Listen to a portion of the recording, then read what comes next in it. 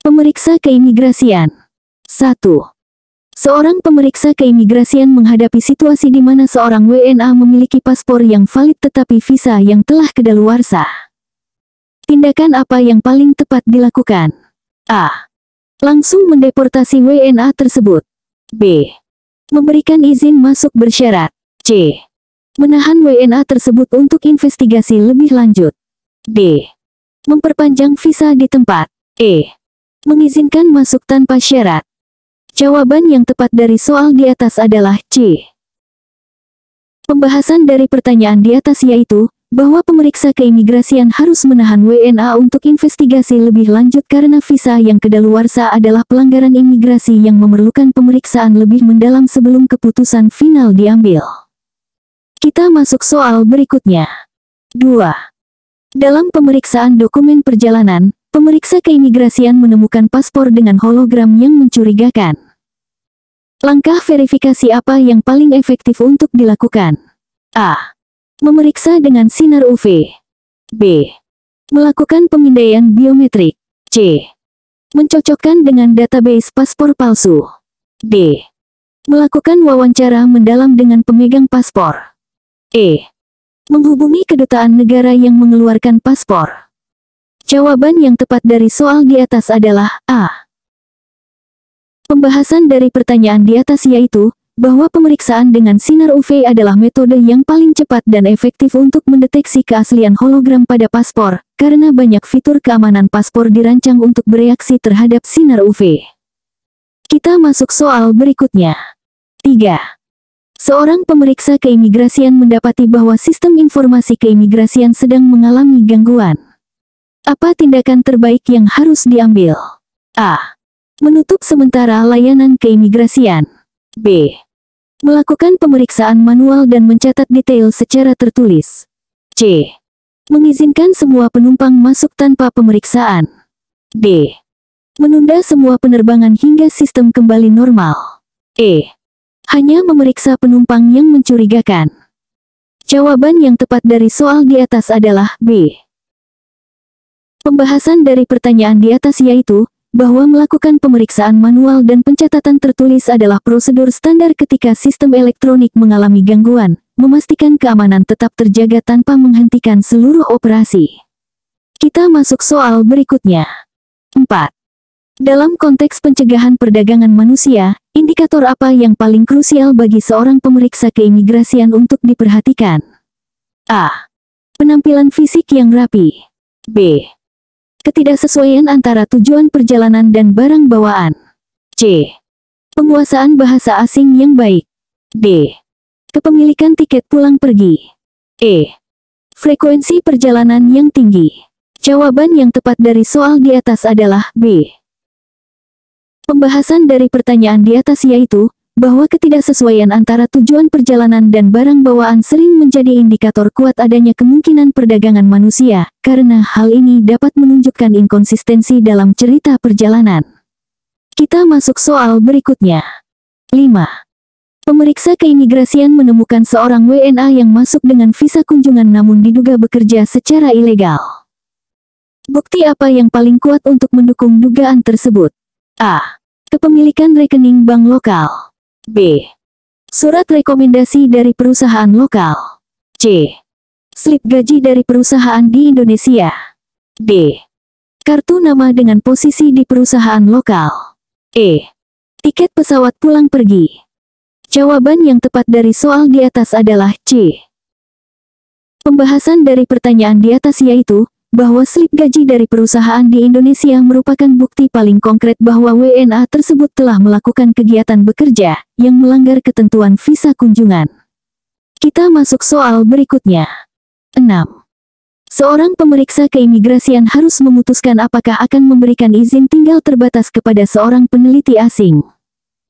Faktor apa yang paling penting untuk dipertimbangkan? A. Latar belakang pendidikan peneliti. B.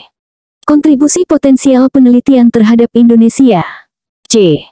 Lamanya masa tinggal yang diminta. D. Rekomendasi dari institusi penelitian internasional. E. Kemampuan berbahasa Indonesia. Jawaban yang tepat dari soal di atas adalah B.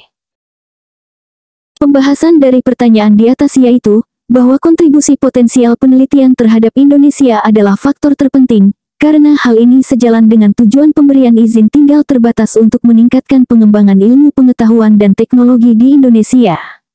Kita masuk soal berikutnya. 7. Dalam proses deportasi, apa tanggung jawab utama seorang pemeriksa keimigrasian? A. Menyediakan akomodasi sementara bagi deportan. B. Melakukan negosiasi dengan kedutaan negara asal deportan. C. Memastikan prosedur deportasi sesuai dengan hukum dan HAM. D. Mengatur transportasi deportan ke negara asalnya. E. Memberikan sanksi tambahan kepada deportan. Jawaban yang tepat dari soal di atas adalah C. Pembahasan dari pertanyaan di atas yaitu, bahwa tanggung jawab utama pemeriksa keimigrasian dalam proses deportasi adalah memastikan bahwa seluruh prosedur dilakukan sesuai dengan hukum yang berlaku dan menghormati hak asasi manusia deportan. Kita masuk soal berikutnya. 8. Pemeriksa keimigrasian menghadapi dilema etis ketika seorang WNA memohon suaka politik. Apa pertimbangan paling kritis dalam situasi ini? A. Hubungan diplomatik dengan negara asal pemohon. B. Kapasitas penampungan pengungsi yang tersedia. C. Kredibilitas klaim ancaman terhadap pemohon di negara asalnya. D. Potensi kontribusi ekonomi pemohon di Indonesia. E. Opini publik terhadap penerimaan pengungsi. Jawaban yang tepat dari soal di atas adalah C. Pembahasan dari pertanyaan di atas yaitu, bahwa kredibilitas klaim ancaman terhadap pemohon di negara asalnya adalah pertimbangan paling kritis, karena hal ini menjadi dasar legitimasi permohonan suaka dan kewajiban perlindungan internasional. Kita masuk soal berikutnya. 9. Dalam konteks pengawasan keimigrasian, apa metode yang paling efektif untuk mendeteksi overstyer? A. Patroli rutin di area publik. B. Pemeriksaan acak di tempat-tempat wisata. C. Integrasi data exit entry dengan sistem informasi keimigrasian. D. Wawancara berkala dengan penjamin WNA. E. Pengumuman amnesti untuk pelaporan diri. Jawaban yang tepat dari soal di atas adalah C. Pembahasan dari pertanyaan di atas yaitu, bahwa integrasi data exit entry dengan sistem informasi keimigrasian adalah metode paling efektif karena memberikan data real-time dan akurat tentang status keberadaan WNA, memungkinkan deteksi overstyer secara sistematis. Kita masuk soal berikutnya. 10. Seorang pemeriksa keimigrasian menemukan indikasi pemalsuan pada visa kerja seorang WNA. Langkah verifikasi apa yang paling tepat dilakukan pertama kali? A. Menghubungi perusahaan sponsor. B. Melakukan pemeriksaan forensik dokumen. C. Menginterogasi WNA tersebut. D. Mendeportasi WNA segera. E. Meminta konfirmasi dari kedutaan besar negara asal WNA. Jawaban yang tepat dari soal di atas adalah B. Pembahasan dari pertanyaan di atas yaitu, bahwa pemeriksaan forensik dokumen adalah langkah verifikasi paling tepat untuk dilakukan pertama kali, karena memberikan bukti objektif tentang keaslian dokumen sebelum mengambil tindakan lebih lanjut. Kita masuk soal berikutnya. 11. Dalam konteks pencegahan terorisme, apa yang harus menjadi fokus utama seorang pemeriksa keimigrasian saat memeriksa riwayat perjalanan? A. Frekuensi kunjungan ke satu negara tertentu. B.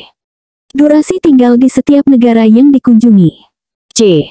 Pola perjalanan yang mencurigakan ke daerah konflik. D. Jumlah total negara yang pernah dikunjungi. E.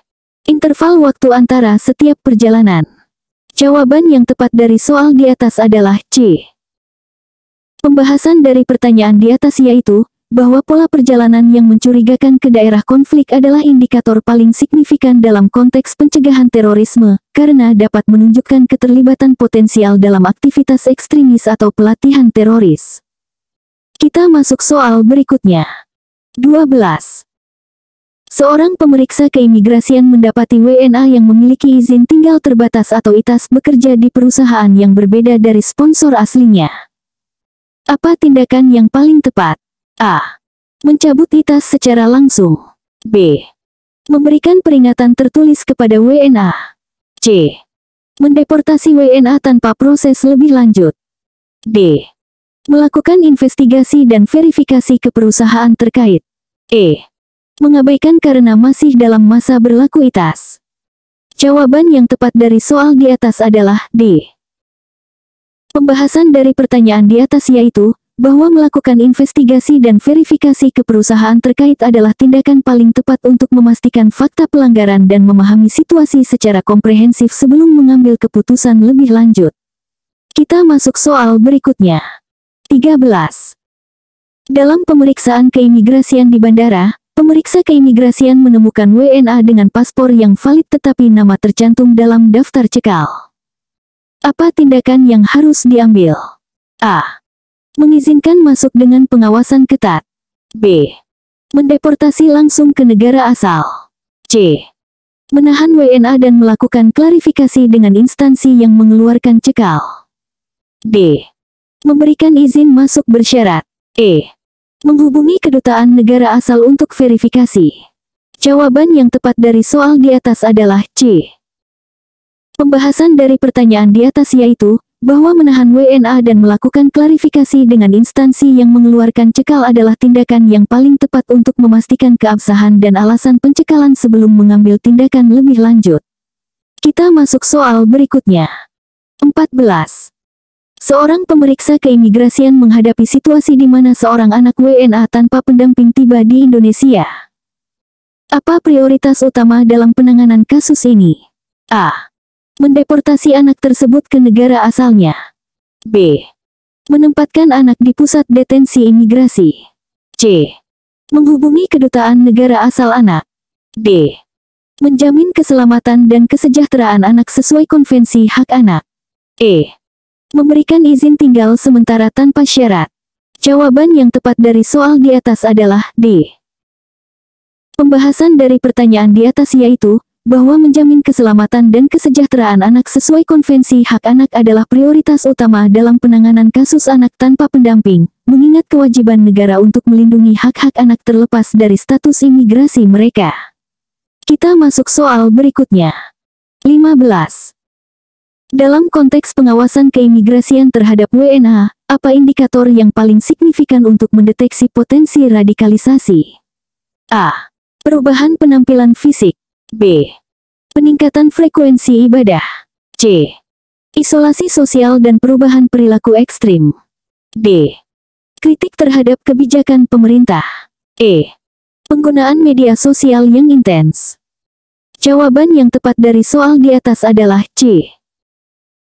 Pembahasan dari pertanyaan di atas yaitu, bahwa isolasi sosial dan perubahan perilaku ekstrim merupakan indikator paling signifikan untuk mendeteksi potensi radikalisasi, karena hal ini sering menjadi tanda awal proses radikalisasi yang memerlukan perhatian dan tindak lanjut dari otoritas keimigrasian.